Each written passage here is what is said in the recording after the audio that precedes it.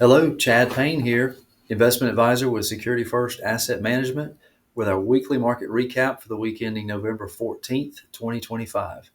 Don't forget about our fourth quarter referral drawing. We'll be holding that at the end of the year.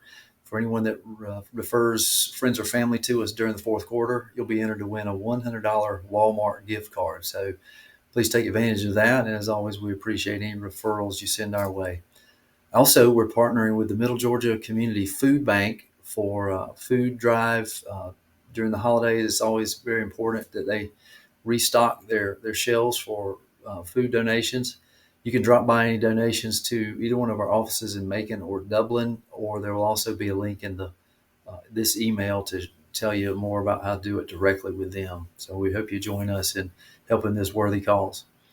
Looking back at last week, markets closed mixed. The Dow and the S&P were up slightly for the week, while the mid caps, small caps, and the NASDAQ were all down a little bit.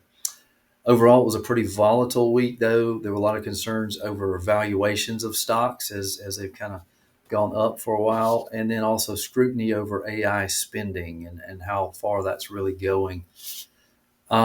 Also, on a positive note, the longest government shutdown in history finally ended last Wednesday with a spending bill being signed to carry the government through January 30th of next year. So probably still have some issues come up near that time frame next year, but they did kick the can down the road a ways at least.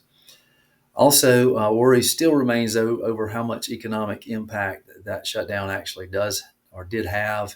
It may be a little bit of time before we really see the full impact of that. But there was also missing information on the economy that the government usually provides during that time, some of which may not even come out, which has the Fed a little worried about what to do in the future as far as rate cuts. With that in mind, the probability of a rate cut in December dropped to 46%. It had been closer to 90% leading into the government shutdown. So a little bit of uh, lack of optimism in that regard due to rate cuts, mainly due to lack of information. So we'll see how that plays out. Also, it was a sad day to see that the last penny was minted on November 12th, 2025 in Philadelphia.